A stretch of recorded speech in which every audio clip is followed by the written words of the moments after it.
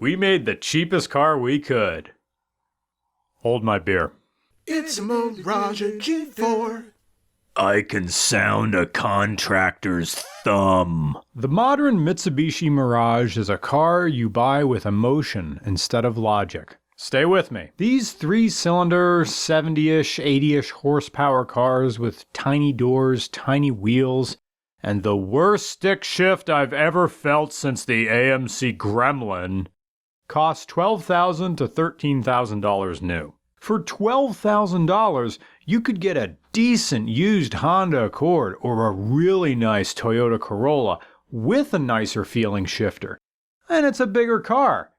And you get the same damn mileage in most situations. This 1.2-liter tri-banger gets 42 miles per gallon when you're poking around Altoona, Jonestown, over to IUP, all on back roads going 45 to 55 miles per hour in 5th gear. Now that's the UK, New Zealand, Amsterdam and commuting this subcompact was made for. But show the Mirage the Pennsylvania Turnpike at 11 p.m. The speed limit is 70, we're all going 80, and the Mitsubishi's little triple spitter is spinning at 4 to 4,500 RPM, fuel injectors spraying like de-icer trucks at YYZ. Meanwhile, 4-cylinder Accords, Camrys, and Corollas with their larger displacement engines gain efficiency with speed in top gear, up to a point, of course. And this is thanks to higher final drive ratios allowed by larger displacements. That's why a 5.7-liter C6 Corvette can get 30 miles per gallon if you keep it in 6th gear and go the speed limit. So why would you get a new Mirage over a used Corolla if the miles per gallon balances out in the long run?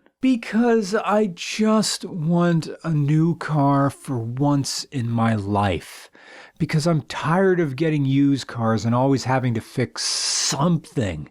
Because I just had a baby and I'm getting 3 hours of sleep a night and we're trying to balance our schedule so someone is always home and my sister said she would help but there's always some excuse and the kitchen faucet is dripping again and the internet went up another $6.99 a month and our whole apartment smells like talcum powder and feces and I just want one less piece of chaos. I want something that's guaranteed not to break for 5 years. Once the kid is in kindergarten, I can breathe again.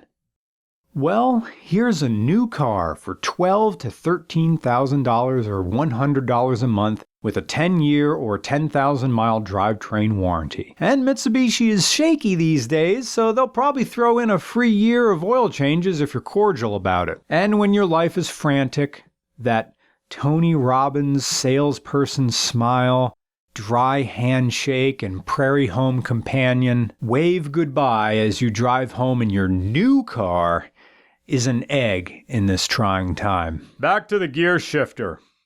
It sucks, but it's not the car's fault.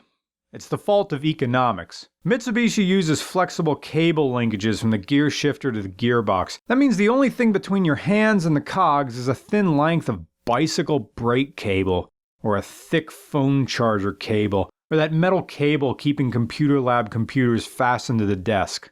It's not fancy. It saves developmental costs because you don't have to design link levers unique to each model of car. Just cut 2 lengths of cable off the big spool.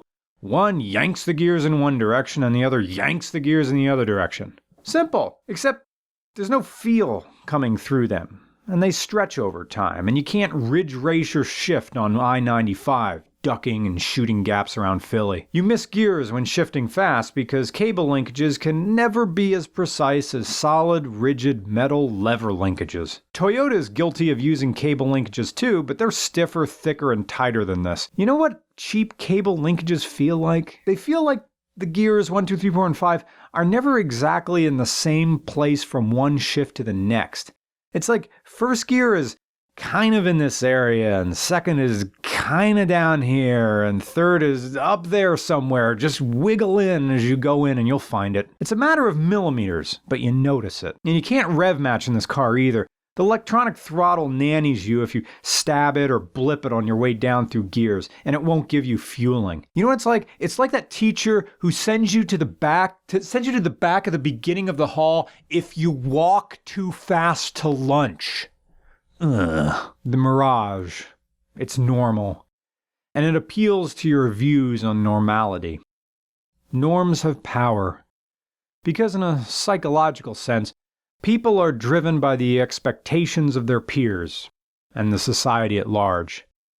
Get an office job, open a 401k, get yourself a wife, some kids, a dog, a secret grinder account, a burner phone, a dealer, a backup dealer, in case the first one turns state's evidence, the usual.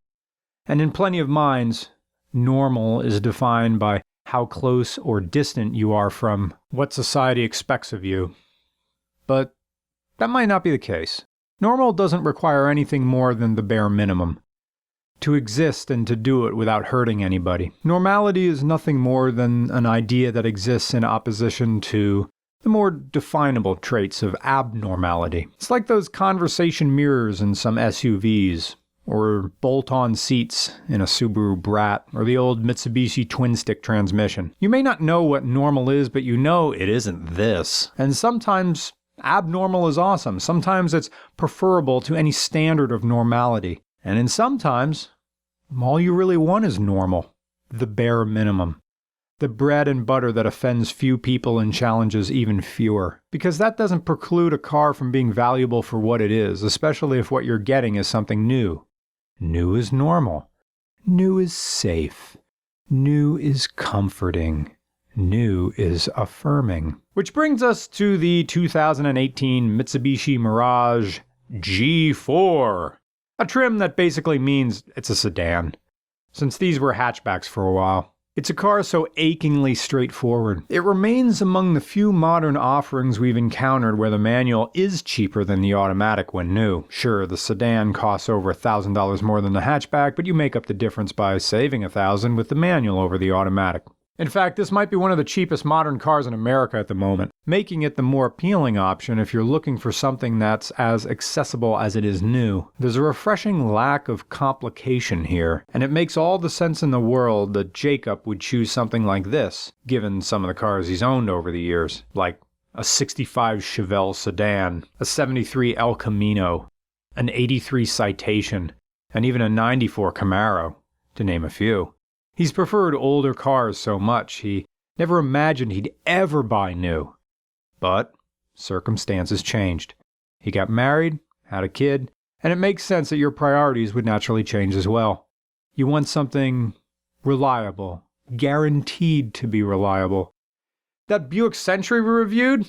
That was Jacob's. That was his daily. And the car went on to have issues, because of course it did. So many, in fact, that he got tired of all the fixing, so he patched it up as best he could, sold it for what he could get, and then bought this. The Mirage still offered more than he anticipated. He got electric locks, electric windows, hill assist, traction control, Bluetooth, media center with touchscreen and backup camera, and an interior that's nicer than the exterior of the car would imply. It feels like a 90s economy car, except it isn't rattling all the time. The clutch is lighter than your buddy's girlfriend, who you never met, because she goes to school in Canada. The only way to get around the so-so fuel economy on the highway is to get the CVT.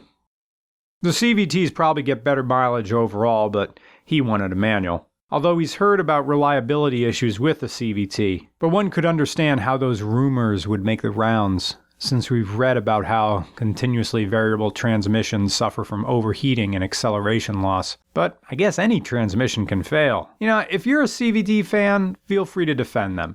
I like continuously variable transmissions, as long as they don't fake shift. Mitsubishi Mirage G4. It's a monument to neutrality. It's neither angry nor cute. It's just the path of least resistance to the endorphin rush of owning a new car. Mirage G4. It's the automotive equivalent of your body waking up a few minutes before your alarm. Sure, you got a full night's sleep, but you can't help feeling robbed. Like you could have gotten more. And yet, strangely, you can talk about Mitsubishis in ways you can't with other cars. At least in our experience, Mitsubishi owners have a more modest mentality, avoiding the cult-like attitudes of other brands. Evos notwithstanding, of course. You can criticize a Mitsubishi without cupping your hand to your mouth. Talk smack about a BMW, or Harley Davidson for that matter, and you'll catch so many hands it's going to look like roll call. But with Mitsubishi, there's an understanding that this is just one aspect of car culture. The necessity of the quotidian.